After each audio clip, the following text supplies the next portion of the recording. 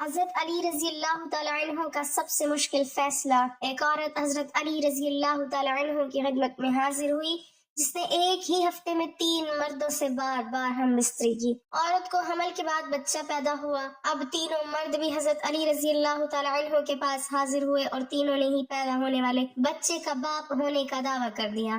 مشرکین ہنسنے لگے کہ آج علی سے فیصلہ نہ ہو پائے گا۔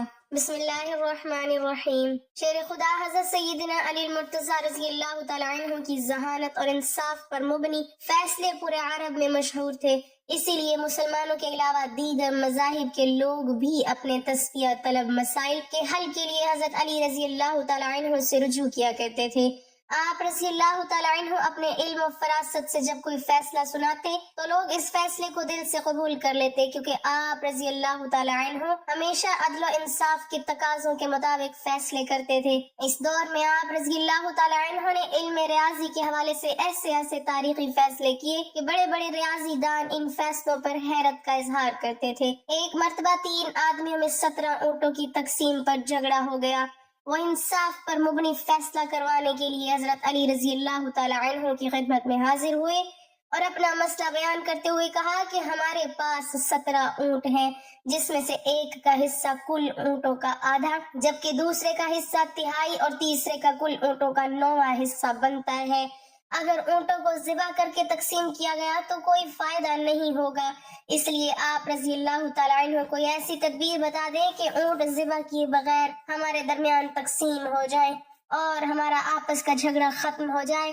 حضرت علی رضی اللہ تعالیٰ عنہ نے ان تینوں کی بات سننے کے بعد بیت المال سے ایک اونٹ منگوایا اور ان 17 اونٹوں میں شامل کر دیا۔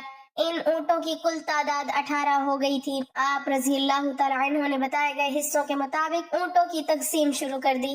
آپ رضی اللہ تعالیٰ عنہ نے پہلے شخص جس کا حصہ تمام اونٹوں میں آدھا تھا اسے 18 اونٹوں کے آدھے اونٹ یا 9 اونٹ دے دیے۔